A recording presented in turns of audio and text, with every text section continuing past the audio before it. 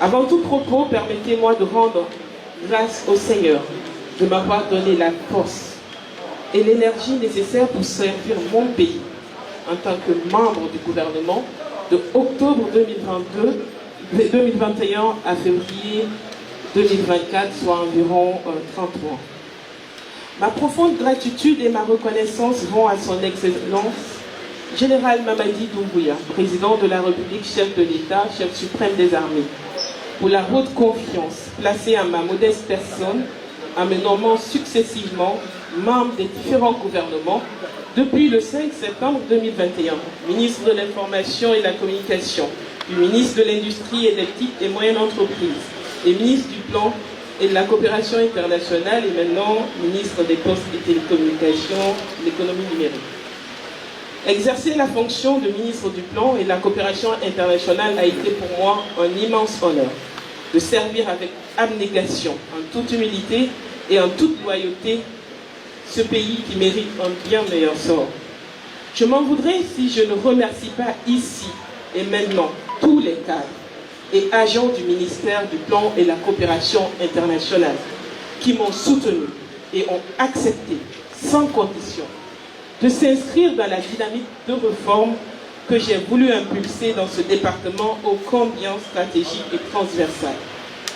Mes remerciements profonds vont à mon cher époux, l'épaule sur laquelle je puis tout, à ma chère mère, Dieu la garde, à mes enfants, ma belle famille et ma famille. Vous avez su être là pour me permettre de relever ce défi avec un bébé qui avait tout juste 2 semaines. Mesdames et messieurs, monsieur le secrétaire général, au cours des 15 mois passés à la tête du ministère du Plan et de la Coopération internationale, si je ne les cite pas, je ne saurais bien en quittant ce département pour que je rende hommage. Rendons à César ce qui appartient à César. Et c'est à vous, éminent cadre de ce département, que je fais ce discours. Un hommage à ce grand homme de la République, ce grand homme qui a su mettre sa confiance en ma personne. En 15 mois, nous avons donné le meilleur de nous-mêmes avec engagement et détermination pour accompagner la mise en œuvre de la feuille de route de la transition, avec une obsession inébranlable de délivrer des résultats concrets et tangibles, visant à améliorer les conditions de vie de nos concitoyennes et concitoyens en termes notamment d'accès aux services sociaux de base et aux infrastructures de qualité. C'est pour cela que dès le lendemain de ma nomination, mon équipe et moi avions dressé un plan d'action autour de 5 points. De la gouvernance du département, de la planification du développement et du suivi des politiques sectorielles, du renforcement de la coopération internationale, de la coordination et de la production de l'information statistique. Je voulais enfin saisir cette opportunité pour adresser à Madame la ministre des Postes, des Télécommunications et de l'économie numérique mes vives félicitations pour sa nomination ainsi que mes vœux de succès dans ses nouvelles fonctions. Mesdames et messieurs, distingués invités, chers amis, Madame la ministre, il n'est pas exagéré de dire que le ministère du Plan et de la Coopération internationale vient de loin, tant les défis à relever étaient nombreux et complexes, qu'il s'agisse des outils de gestion du développement ou de renforcement de la coopération bilatérale et multilatérale, y compris leur élargissement aux partenaires non traditionnels, de la poursuite des réformes, le renforcement des capacités des ressources humaines et institutionnelles. C'est pourquoi je voulais exprimer ma satisfaction et vous féliciter pour les nobles résultats obtenus. En effet, l'ambition du ministère du Plan et de la Coopération internationale est de devenir une administration performante de gestion de développement au service des Guinéens. Pour ce faire, le développement devra jouer pleinement son rôle de coordination de la gestion du développement,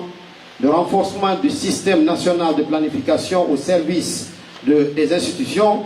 des ministères sectoriels et des administrations décentralisées et déconcentrées. Je souhaite que vous vous reconnaissiez tous dans le travail accompli. En effet, la tâche qui nous attend est grande et la mission qui nous est confiée ne peut se faire sans unir en synergie nos forces Et pour les réussir, nous devons avoir des ambitions fortes dans la confiance réciproque de chaque collègue afin que les résultats de nos activités impactent positivement la vie de la population guinéenne. Nous devons impérativement veiller à traduire les performances embellies macroéconomiques par des actions concrètes, visibles et appréciables par les populations.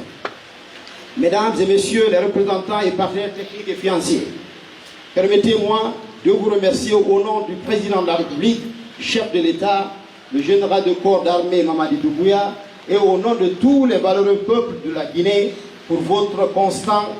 et précieux accompagnement dans la formulation, dans la mise en œuvre et l'évaluation des politiques et actions du gouvernement.